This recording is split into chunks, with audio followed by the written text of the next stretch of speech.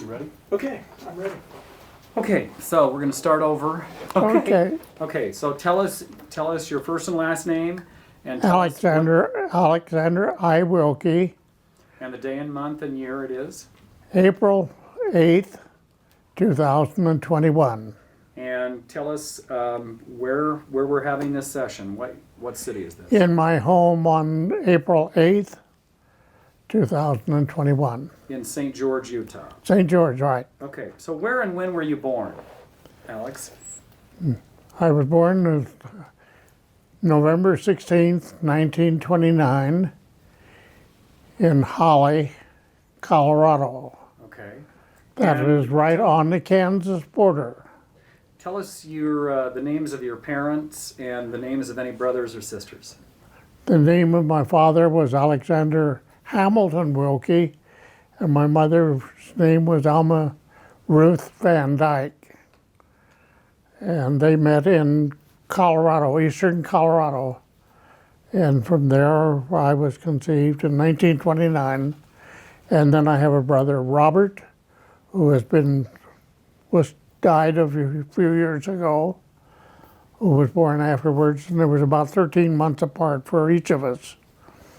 And then it was Robert, and then Archie, and Archie lives in Coos Bay, Oregon, and has because he complains of the heat here, or even in Colorado too. Yeah. And then Marlon, which was my brother, and he was killed during the Korean conflict. Mm-hmm. A Japanese boat hit the big troop ship along with prisoners that were going back to Formosa. Of the Marines that were on board ship, they only found 6 bodies, and my brother was one of them. And then I had a sister that lived, and she died a few years ago, and her name was Agnes. Agnes, okay. And then I have a brother living still in Fruta by the name of James I. Wilkie, Okay. named after his grandfather. Okay. Can you tell us a little bit about any highlights in your growing up years? Anything that stands out? Well, I think one of the great highlights in growing up was growing up in eastern Colorado, in Canyon City area, the greater Canyon City, West Cliff area, mountainous country, and my father built the log house that we lived in Okay. for a number of years until we moved to Fruta in 1941 or 42. When the war started in 42, all of us were too young to go into the military. Okay. And during the World War II, my brother Robert got into the military and was in Germany for a while, and he didn't have much to say about Germany. Okay. That was following World War II. And so that was a real highlight. And then when we moved to Fruta, it happened to be hard work. I learned how, as a boy, to pick potatoes, thin sugar beets, pick tomatoes, and shuck corn to feed the family and everything. So it was a lot of hard work. And I might say thinning sugar beets is not the easiest thing in the world, to sugar beet thinning. No, it's not. And while I was in high school, toward the end of World War II, I sat on a ditch bank, a drainage ditch bank, watching a bunch of German soldiers that were prisoners of war in Fruta. In Fruta? Doing what? They were thinning sugar beets. And it was my responsibility to go out and make sure they were getting those little sugar beets the same distance all the way apart. And my mother she was just sure one of those Germans was going to kill me. Wow. Never happened. and I got acquainted with a few of the Germans. I don't remember any of their name, but that was quite an experience. Yeah, I've heard experiences like that. What is the name of the elementary, the middle school, or junior high, or the high school that you attended, and what was the location of those schools? The first elementary school I went to was between West Cliff and Canyon City, and that one-room schoolhouse burned one summer. And so we had to move down, the family moved down to go to Parkdale, to the schoolhouse there. Did you say And Parkdale? Colorado. Okay. That's just outside of Canyon City, this way from it. And I went to school, the rest of the grade school there, and when folks moved to Fruita or Grand Junction area, I finished up the 7th and 8th grade in what was called grade school. At that time, if you went into the 9th grade, you were in high school. So I went from the 9th through the 12th grade and graduated from high school. What year was that? 44. Okay. And in 44, I went away to college that fall to Ottawa University, Ottawa, Kansas. Okay. I was going to go into the ministry at the time, and so I went to Ottawa, and I graduated 4 years later from Ottawa University with a degree in a Bachelor of Arts, major in biology, and political science and history. Okay. Can I just, I want to just go back just to briefly. Were there any experiences that you had in public or private, in public school, that you feel like helped shape your character or helped make you the kind of person that you would become prior to getting into college? Well, I think one of the ministers, my first minister, and remember him, he was lived in Colorado, and it was Clyde Shaftstall. And he would preach a sermon on the book of Ezekiel, the 38th and 39th chapter. I still remember a few words that he said, but Clyde was a real instrumental in getting me to go. But also, Ottawa University also brought people out from there out to the Grand Junction area for church camping, helping out. And one of the men that I remember was Roger Fredrickson, was a teacher. And he influenced anyone that wanted to go into the ministry to go to Ottawa.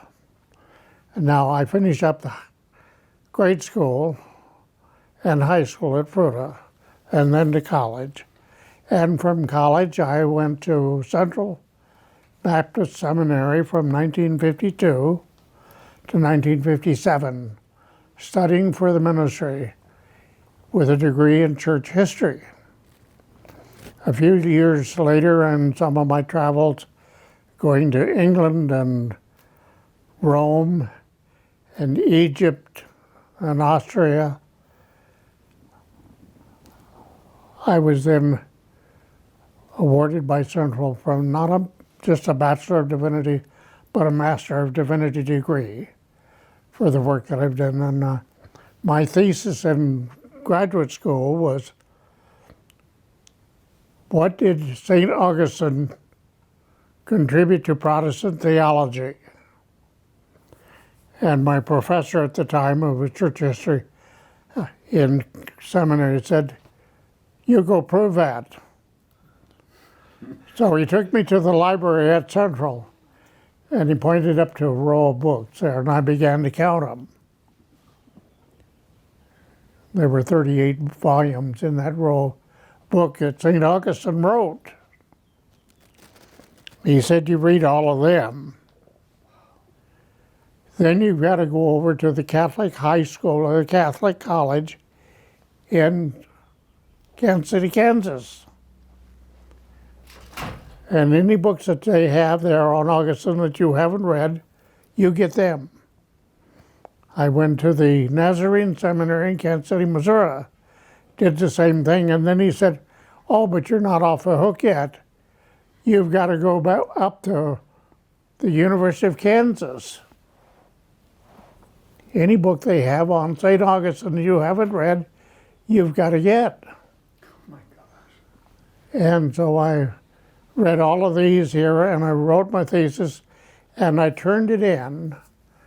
And have to say I'm really thankful when I turned in my thesis, what did the contribution St. Augustine made to Protestant theology.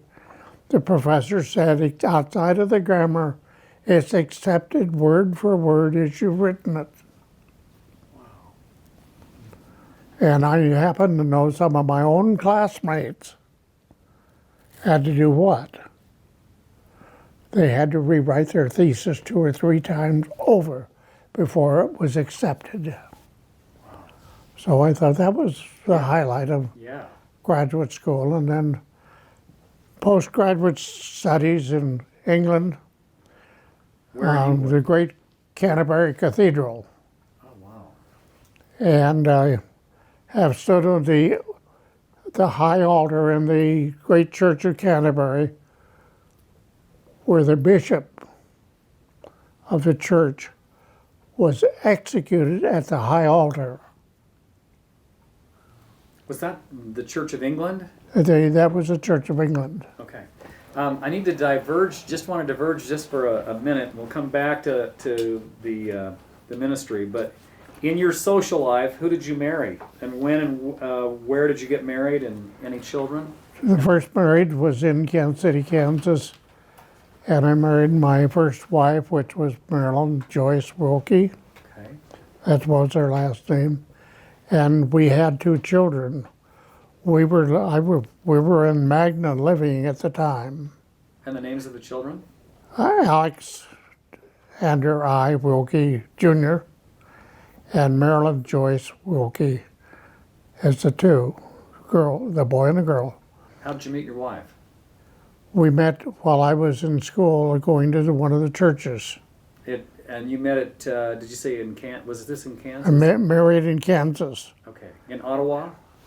At Central Seminary in Kansas City, the Grandview Baptist Church. In Kansas City, Kansas? Yeah, Kansas City, Kansas. Okay. And then when my first wife was killed in Magna, we were driving the car from Magna out around the tailings dump of the Kennecott Copper Corporation, trying to do what? I wanted to get motion pictures of the molten slag being dumped out of the copper cars, slag down the hill, and take a picture of it. Well, we didn't quite make it. The gal that was driving the car that she was driving in, her and 2 soldiers were drunk. They slammed into my 1956 Buick, not Buick, but my 1956 Packard. Put the left front wheel underneath the steering wheel. Her head hit the windshield, and she died in Salt Lake City. And I had my tongue about half cut off, and the doctor said, "You'll never talk plain." Well, my mother, "Oh, yes, you will." And so she gave me stuff to put on my mouth, and then I chewed on my tongue were all the stitches that they put in my tongue, and they all disappeared. Wow. And then I went on into graduate school. Okay. So let's get back to talking about your postgraduate work at was it Canterbury in England? Yes. Okay. I know. I went to Central Seminary in Kansas City, Kansas. Right. But I was on a study tour just at Canterbury. But I was on a study tour in Canterbury. I was on a study tour in St. Andrews, Scotland. I was on a study tour in Vienna, Austria. And my wife accompanied on when we made 6 trips to Israel. And on one of those trips, we were in Cairo. And so after we got back here and we were living here in home, we took a trip to New Zealand, and Australia, and flew back home. But we've also been to Hawaii. Okay. And I was out on the, very few people even know about the little island out there in the Pacific called Phantom Island. It's a little teeny island, only about so big around. But if you wanted your passport stamped, you paid them to stamp your passport. So let me ask you: Did you get a master's or a doctorate in divinity, or?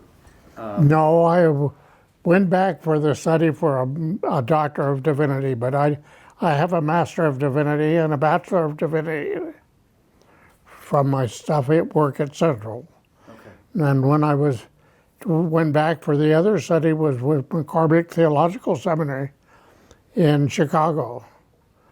And I finally got, after a couple of years, I got tired of all of the baloney that they were passing out. They were not teaching the scriptures like they should have been. Okay.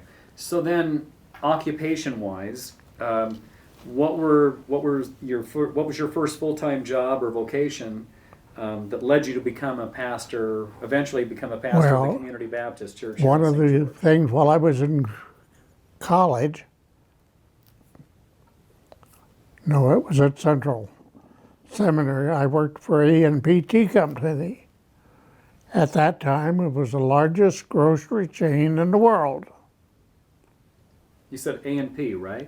A&P Yes. Tea Company out of New York City. Well, A&P got in a battle with the Arab nations over, and they lost the lawsuit. So that was the end of A&P. Okay. And then when I was in college, also in seminary, I also worked in the seminary kitchen as a waiter. Okay.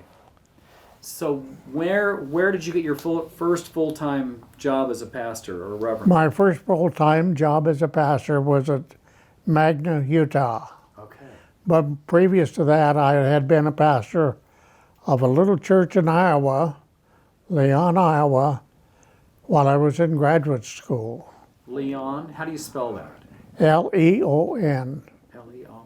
Leon. Okay. It wasn't a very big community. Uh-huh. And we got up there one morning, and I had to get up in Kansas City and drive to Leon every Sunday morning because of things I was doing, working with A&P. I had to drive up on Sunday mornings, and we got to church one Sunday, and there was nobody there. I wrote out a resignation and didn't go back. And then I finished my Central, and then 1 week after I got through my graduate degree and graduated from Central, I worked in the church in Kansas City, Missouri, as Christian ed person for a year and a half or two. And then Roanoke, Oh, okay. Roanoke Baptist Church. And it was a dual line church, American and Southern. And then my first wife and I moved to Magna as a pastor. That was my first full-time pastorate. And that was in 1958.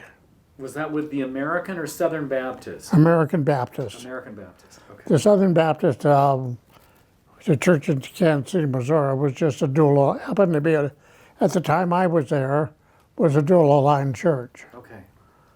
And I was ordained in that church. And then after Magna came St. George. Okay. And we moved down here in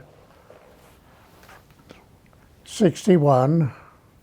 Do you remember what season? Spring, summer, fall, winter? It was in October of 61. Okay. 1961, we moved down here to be the pastor of the church sitting above the college, which is now called Red Mesa, but at that time was a Community Baptist church. And was it known as was it a Southern or American Baptist? It was known as an American Baptist church. American Baptist Church, okay. And then, How many members did you have at that time? I think 70, 75 was all it. 75? And then the family began to complain, well, he's not here to do anything. Well, during those same years that I was pastor, because of a growing family, I had to have something for employment. So I went to work in the hospital At Dixie Medical Center, correct? at the old Dixie Medical Center. Were you at the Pioneer Memorial Hospital? Yes, I worked in that one. Okay. The And you Dixie worked in Pioneer Memorial did you Hospital. work in the, maintenance, is that right? You remember Carl Cottam? Yes, I do. Carl and I worked together in the engineering department. In the engineering. Okay. And every Monday morning, Carl and I put on our coveralls and went down and cleaned the coal furnace. Wow. And we had to rod the tubes out with a wire brush. And when we came out, we looked like we all both had changed races. So how long did, you did that for a long time, right? Working for the I worked at the hospital about 32 years. 32 years. So you saw it go from Pioneer Memorial Hospital to Dixie Medical Center to Dixie Regional Medical Center? No, I didn't go on over to Dixon Regional. Okay. When I was 71 or 72, I think it was 71 and a half, and when I finally quit the hospital, I was past 70 years of age when I retired. And what hours or days did you work there? Mostly it's the day hours, Day hours, like what? because then it being the engineering department, because when 5 o'clock come, the engineering department went home. And so then you did your after hours with your congregation, is that right? Right, and I did the writing of the sermons and all of this, and in 1961, or that fall, the radio station asked me, and that was, you remember Ellen Winkleman? Yes. The Winklemans asked me to come in and help do a radio program. And that was every Sunday, right? On It was 5 days a week, Oh, it was 5 days, a week? and then we'd skip 3 weeks, and then it'd be 5 days. And you did that on KDXU 890, right? Yes, AM? right. Okay. And then the miners bought it, and it went to just a Sunday morning radio program. What did you call that program? This is your Sunday morning radio devotion. Okay. And it's still called that, and I'm still doing that. How long was the session? The first program were 15 minutes. Now the program is 25 minutes. And when I go in to do the radio program today, or the Tuesday morning, I got to go in and open up the computer, put in my own DVD, and set it to the number I need to do, and then read the scripture, have an opening prayer, play the music, and then do my sermon. I'll bet that was quite fulfilling. What did you... That was hard work, but thank goodness I had a little bit of college training in college, working in a radio station as an engineer. What kind of feedback did you get from members of the public as well as your congregation of the... Well, I don't get much back from congregation people because most of their services start. But did you hear from the public? I've done it for the public for years, and I might say that I have a lot of LDS people who wouldn't miss a program at all because I'm talking usually about just the New Testament part. Yeah. Once in a while I'll go back to the Old Testament or the Psalms and do a message and such like that. Okay. And I try to do it as the year progresses along. Like I just finished doing one for Easter Sunday, a week after Easter, because the one I did for Easter was a Palm Sunday message. While everybody was at church, I had their kid, and the program comes on at 9 o'clock or 9:05 on Sunday mornings, runs for 25 minutes and it's off. Okay. Followed by the LDS church program. Okay. I want to have you describe for us a little bit about the church building itself. So, can you describe the address? As I recall, it was something like It was 800 East. 95 South, 800 East. Okay, and then describe the square footage of the building and how many people did the main assembly hall? Well, it was just one assembly hall and a basement. And we had dinners downstairs Okay. when we had our church So you dinners. had a kitchen downstairs. Is that right? Yeah, the kitchen was downstairs. Okay. Well, did you have any multi-purpose rooms or classrooms? And we had a little classrooms up on part of the building. And then while I was there, we built a patio. And over top of that patio became the next part of the building. And what was the seating capacity for the assembly? Well, it probably got up to around 200. Okay. So it was a two-story building, and it pretty much stayed that way since Yeah, then. yeah, today, it's still right? still that way. Okay. They're talking about adding some more building to it, but the sign out in front, the first sign out in front, was by Rock that we hauled in, and can't remember his name, but he and I built the sign. We bought a frame and put it on. It was then known as the Community Baptist Church. Did you have adequate parking there? Yes. Okay. So what are the basic beliefs or tenets of a church? Well, What are the basic beliefs or tenets of your church? Well, one, we believe the Bible is the Word of God. I didn't say any particular Bible. I know there are churches today who are saying, well, it has to be the NIV or the CEV and I always really liked either King James or the American Standard Version. I was always looking for the one that was as close as possible to what I remembered reading in Greek when I was studying in graduate school. Okay. And what were your duties as pastor of the church? Were you called a pastor or a reverend or both? Well, the pastor. Okay. That was the general title. It was also listed as Reverend. If you look in the telephone book, it's always listed as Reverend Alex Wilkie. That's the way they find me. Would you consider it to be a part-time or a full-time job? Well, when I came down here, it was full-time. Okay. But they didn't pay that kind of wages. When I tried to get them to keep up in the wages, oh, you're getting good wages, $7,000 a year, and I thought, $7,000 a year doesn't even pay for it. And then when I bought the home, the house payments were over $200 a month, plus taxes. So it's been a real struggle.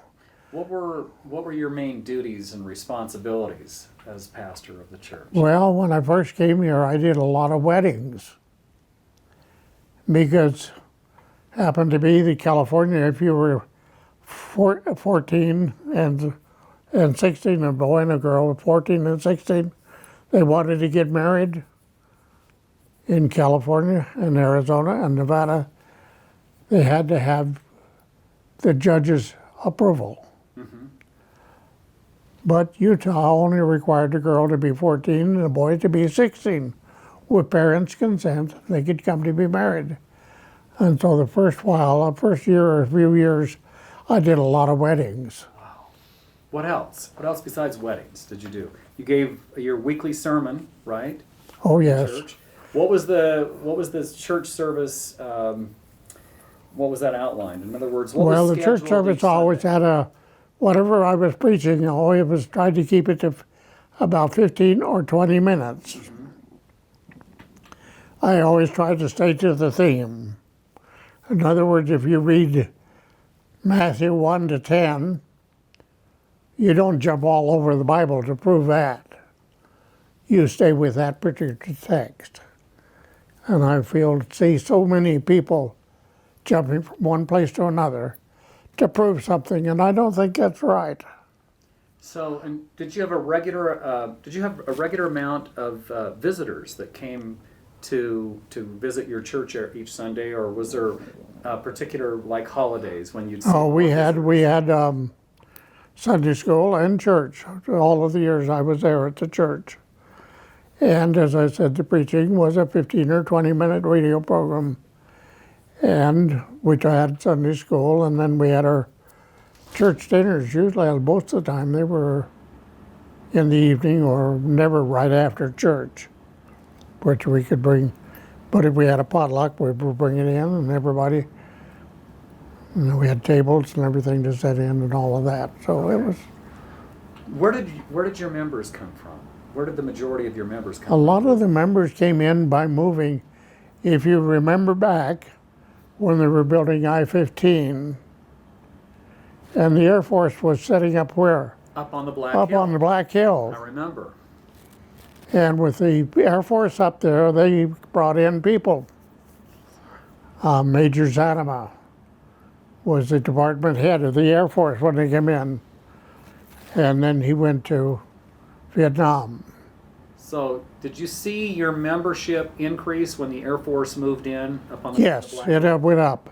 Okay. And then when they started building the interstate down through the Virgin River Gorge, it went up too. Okay. Were people of other faiths welcome in your congregation? Oh, yes. Quite often I had LDS people came in to the worship service. I didn't have to say, well, you got to be a member here to come. And when I did baptismal services and of different faiths, because I was the only Protestant pastor at the time, What was that like? it was kind of lonely, but except for the Roman Catholic priests. And one of the years, quite early in my ministry, I invited the Roman Catholic priest to come and preach the Thanksgiving service in the church. Okay. And then guess what? He invited me to preach the midnight mass in little Catholic churches has long since been gone. I remember that too. Didn't it have a kind of like a green cover? Yeah, A green roof? yeah, Yeah. I can't believe that I remember that because it's been gone for so long. yeah. Anyway, he asked me to preach the midnight mass. Okay. But word got back that he hadn't had the bishop's approval. So what did happen to him? He got moved. He got moved. Oh my gosh. And then when Father Cousy came in, Father Cousy and I did a lot of things together. Okay. Going to interfaith meetings, and we were probably the first interfaith before it was known as interfaith for your time. But we did these things together, and we went around to doing a lot. What Year? Oh, go ahead. Pardon me. What year do you think that was, where those initial meetings happened with Father Cousy? I don't remember those years by number and such. But we did all of these things together, and then a few years ago, the interfaith group's been going about 15 years. Okay. So what was it like ministering in a community dominated by the Church of Jesus Christ of Latter-day Saints? Well, I think that I tried to make it, I could accept you as people. Will you accept me as a person that I am? And a lot of the Latter-day Saints could do that, but some of them couldn't do that at all. Okay.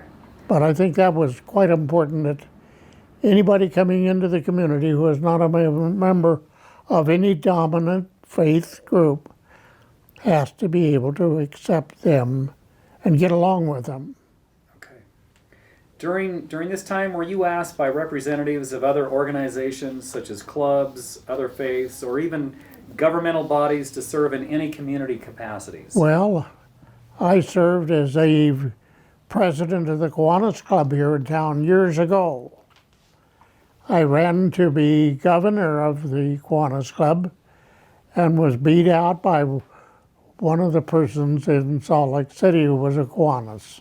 Were you ever asked to give a prayer at a St. George City Council meeting?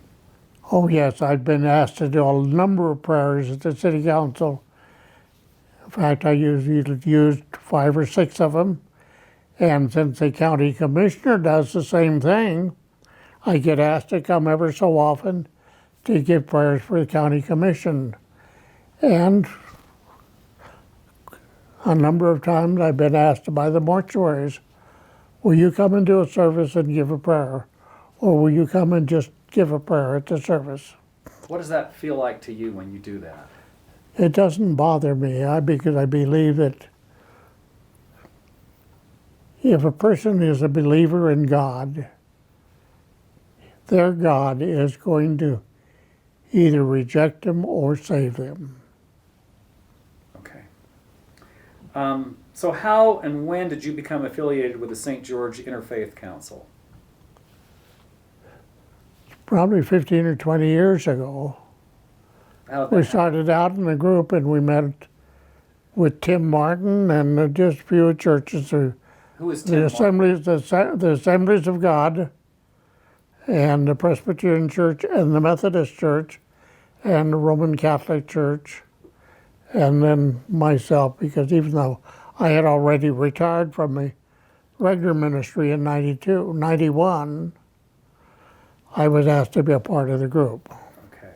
Oh, so you retired in 91 or 92? And I've been busy ever since. What made you decide to retire? Well, I think part of it was I was 70 and a half years of age. And I didn't plan on staying in the hospital any longer because they always said, where's Alex? Where is he? We can't find him. And I would be, what if I was out on the grounds working?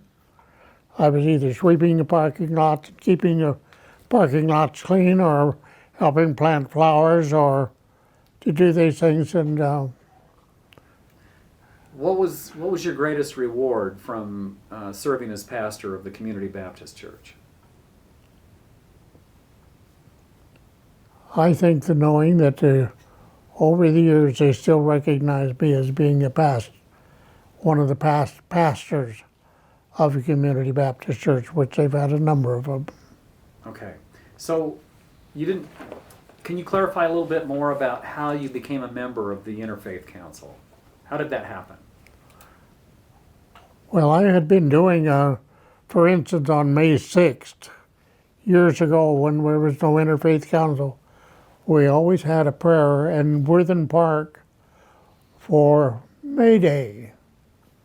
And I asked people who were there to say a prayer for different persons, or they had a prayer, and that was our prayer. And we had a prayer down in the Worthen Park. And then the group decided, and then we've done opening prayers at the tabernacle on the New Year's Day. And it used to be we were doing it when the tabernacle was being redone.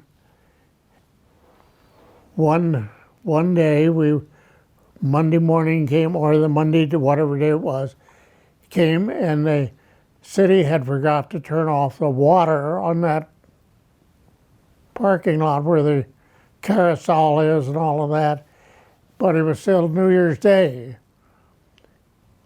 And everybody, and even the women complained of how cold it was, and their feet were freezing off. The library was closed. We couldn't get in there to do it. And Dan MacArthur said to the group, I'll get you another place to have your prayers on New Year's Day. And so we moved to the tabernacle. And then when the tabernacle was closed, we just moved around. And he was the mayor at the time, mayor of St. George. Yes, he was mayor here for Okay. You mentioned over 20 years. Right. You mentioned was it a Tim Martin? Who was he affiliated with? Was he He's one of the in churches? No, he's a Latter-day Saint. Oh, okay. And he came in from Virginia, and he spent most of his military career on a submarine under the water. Mm-hmm. And what was his connection to you with the Interfaith Council?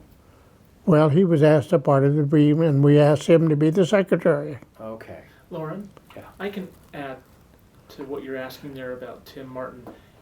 When he got to town, he had a church calling with the LDS Church, serving in the Southern Utah LDS Public Affairs Department. Okay. And that's where the Interfaith Council was initiated, and I know that was about 2009 when those 2009 talks when it- were started. When they got about started? Okay. It may have been the year before, but talks were held, and they reached out to the entire community through the various pastors to invite as many leaders of all the faiths to come together for a meeting, and then it happened, I think, the following year, and the rest is history. Okay. Then the group has also been involved, except for this year, of the Stations of the Cross walk down on Diagonal Street, down to this street here, and then down over and close to, at the Catholic Church there, above the senior citizens over to the Catholic Church, and then the closing part of the 14 stations of the Stations of the Cross March. How long has that been a tradition in St. George? That went for 14 years, and this last year was our 14th or 15th year, and it was done inside of the church by those that were invited because the church didn't want to have everybody having masks on, and when Because of because of the virus, and we went in and we were stationed underneath each one of the places in the church, and when our number came up, we read the prayer and the introduction and what station it was, and then the group read it part, and then we would have the closing prayer. Okay. So What experiences stand out in your life in connection with the Interfaith Council? In other words, is there anything that stands out as memorable and and a positive effect that it's had? I on think this there's community? about three of them. One of them is the Stations of the Cross. The other is the New Year's Day prayer that takes place. And the other one is the May Day festival that we've had usually a breakfast. Now, last year we didn't have a breakfast and this year we are not didn't do a breakfast because the building we have been using on the college campus is also the same Sunday as graduation. So we can't use the college, so I don't know what we're going to be doing. There's another name for, I think, your. And then we've had the interfaith group has also done things in the fall for down at the Dixie Center. So do you feel like this has been a positive effect for the community, doing these things? I think it's what is going on in the community. The community is closer together than it was when I first came. Because when I first came, the Latter-day Saints didn't want anything to do with anybody else, whether you were Catholic or Protestant. They didn't want to, and some of the others on the other side didn't want to have anything to do with the Latter-day Saints either.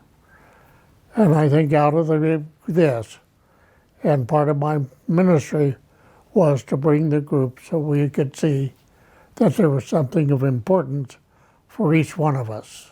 Okay. Let's see. And you, what year was it that you retired from the Community Baptist Church? 1991. Okay. In this day and age where I think the Poynter Institute said that it's something like 47% of Americans are only involved with organized religion anymore. What does that say to you as far as people caring about religion today? And is there something that the I Interfaith think Council can do? educational-wise, I think the liberal media, along with the influence of a satanic effect upon education, grade school, high school, junior high, college, postgraduate, all want to get away from Christianity. And if we can, and Satan is behind all of this because he wants to be the ruler of this world, not Jesus Christ, who is Lord and was the Son of the Father, wants to keep it. And I keep saying to people, one day you and I were going to look up into the clouds if we're still alive, and what are we going to see? We're going to see Jesus coming in a cloud with all of the saints for 2,000 years back to earth, and we will have a new earth, and the Father and the Son, and we'll all be together. And those who didn't accept our Lord Jesus will go to be with Satan. When you look back over your life, what lessons have you learned, and what advice would you like to share with others? I would say hard work doesn't hurt anyone. Don't get your fingers so pretty that they don't get bent out of shape or a little dirty with working out in the soil and the dirt. And one of the great benefits is planting trees in the yard here. There was nothing when I moved except a little hedge in the front. And I planted all of the shrubs and trees in the thing. And if you'd have been here a month ago, this magnolia tree had about 1,000 blooms, about the size of a saucer. The next one was a star magnolia, and had a bloom about like that. That olive tree was planted and froze the first time, first one, and I have a little stump about that big around in that pile of stumps. And then about 5 years ago, when we had that cold winter and they put sacks and things around the palm trees to save them, the olive tree died on top. I had to come in and cut off the 3 great big stumps, and they ground them up. And from my trips to Israel, I've discovered that as long as you keep the olive stump in the ground and keep it watered, it'll produce a new shoot. What other rewards do you see with working with the earth? I understand. I think the reward is that right?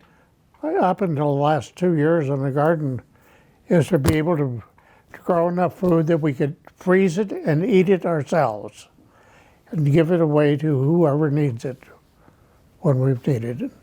Okay. And that's, I have a feeling that's probably been a good feeling in your mind too, because you're serving others, right? Well, serving others, but that's part of it. Having grown up on a farm with my mom and dad, anybody came around, before they left the house, Mom always had something to give them. You got to take this home with you. Whether it was a dozen eggs, or whether it was a piece of pork, or a piece of beef, or a piece of a goat, or whatever it was, Mother wanted to make sure they had something to get when they got home. Yeah, that's good. And I think it was the hard work of my folks influenced me to do these things. And of course, then I wanted the landscape to be something that I remembered about the Mideast or the Midwest of Kansas, particularly the magnolia trees. And over here, and the tree that's in bloom right now, I think is one of the prettiest trees in the community. When I put it in, the Sylvan Graft said to me, "I don't think it'll live, but you can try it anyway." And that was an early spring, and it was too late for it to bloom. But the next year, it was a solid mass of white flowers. So do your neighbors ask you for advice on gardening, Oh yeah, they do. growing trees, and that kind of thing? And Is your two wife of my involved? neighbors, one of the neighbors lived down the house here and then moved down here, has moved out toward Pioche, out on a farm. And they're having to build their own house again. They moved down into a home and then stayed there, and I didn't think they'd ever leave, but I helped train that one, and then the gal that lives on the corner, just down the street here, on Diagonal, helped each one of them to get started in gardening, because they would walk by and wanted to see what's in the back of the house. Yeah. And I think you've shared some of the fruits of your garden with the Interfaith Council. Oh yes. Okay. So is there anything else that you would like to add that we have not asked you that you feel is important about what you've done with your life? I would say this, I am happy that I stayed in St. George all of the years that I've been here. I've been in other places of the world, and I wouldn't trade it for any place in the world except maybe for the land of Israel. And when my first trip way back in '81 to Israel, had I been a teenager, I probably would have never come home. I would have stayed and been a convert to Judaism. And so I know every year when my wife and I put out the Jewish flag, what in the world's that flag doing out there? Are they Jewish? No, we're not Jewish, but we have a great love for the people of Israel. And I think that's what we do. And I get all kinds of, might I say to you, the other thing, don't ever make a donation to a Jewish fund unless you want to get all of the rest of them that they send out. I probably get at least a dozen different funds want me to contribute to them in Jewish things. And so my wife and I have decided, because of our trips, we contribute to the International Fellowship of Christians and Jews. And then I make a donation probably once a year to Ben Gurion University out on the Negev. So what is it that's so special about Israel? Well, when you get to the land of Israel, your heart is going to be touched in so many different ways. First of all, because you probably have read the New Testament or even the Old Testament.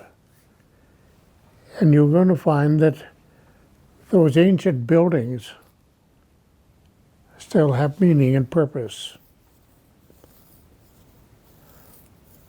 The wall around the old city of Jerusalem is still there. Those olive trees that are growing down in the bottom of the Kidron Valley,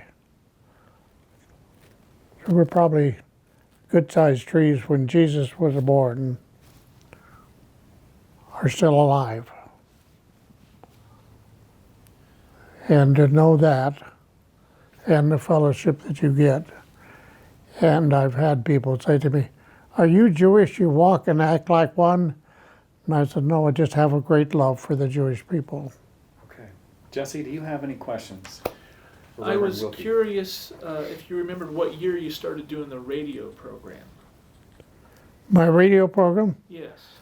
it was probably in October or the first part of November of 1961. So when you first showed up in town, you started doing the radio. Right afterward, because the pastor who had left ahead of me had been doing his program with Ellen Winkleman. And at that time, it was a week on, 15 minutes. And she meant 15 minutes. You ran over, you got cut off. That was Ellen Winkleman's way of doing it. And then the miners bought it, and it became a weekly thing. 15 minutes on Sunday morning, and you better be on time, and you better get off on time. And you've been doing that ever since? They've been doing it. And then finally, after the miners sold the station to Cherry Creek Radio, they asked me to do a 25-minute program. What year was that? Oh, I can't remember. Too many years ago to remember. How long have you been doing a 25-minute program? Probably 20 years. And might say that at the end of the 25-minute radio program, they finally asked me to do that. And then the little boy that was, the young man that was helping to put me on the air and take me off and everything, moved to Oregon or Washington because he had something else he wanted to do. And they said to me, "Guess what? Now you got to come in and turn on the computer. You got to set up what you're going to put on, name the title, play your songs. You got to do the songs yourself, not my singing, but whoever I'm choosing to sing on the DVDs. and put the number on and tell them who it is. And then you have a prayer, and then you do the program and be off on time. And then guess what? You've got to record it. You've got to save that. And I enjoy doing it. And one of my programs, I think it was a Palm Sunday program, I said to the radio engineer, I guess you'll just have to wait a couple of minutes before you can do your spots or your announcement, because I ran over 2 minutes. And I try to stay very close to the 25-minute radio program. Okay. What about your family? How many grandchildren or great-grandchildren do you have? Oh, I have four grandchildren, and one is a great-grandchildren, or maybe 5. When you started saying prayers at the city council or county commission meetings, was that many, many years ago?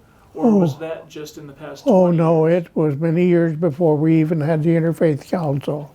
So in the 1960s, maybe when you got Well, to town, was that also happening? Gray Larkin asked me to do some of the early prayers that they'd call and ask me, the secretary would call and ask me, are you free enough that you can do a prayer?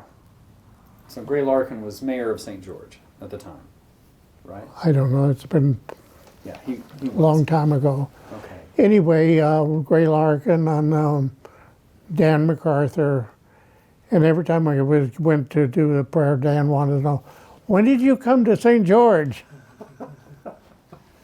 And Mayor Pike did the same thing. Okay. And Michelle Randall, she's busy about, I'm going to get this meeting over with and I don't care who's there.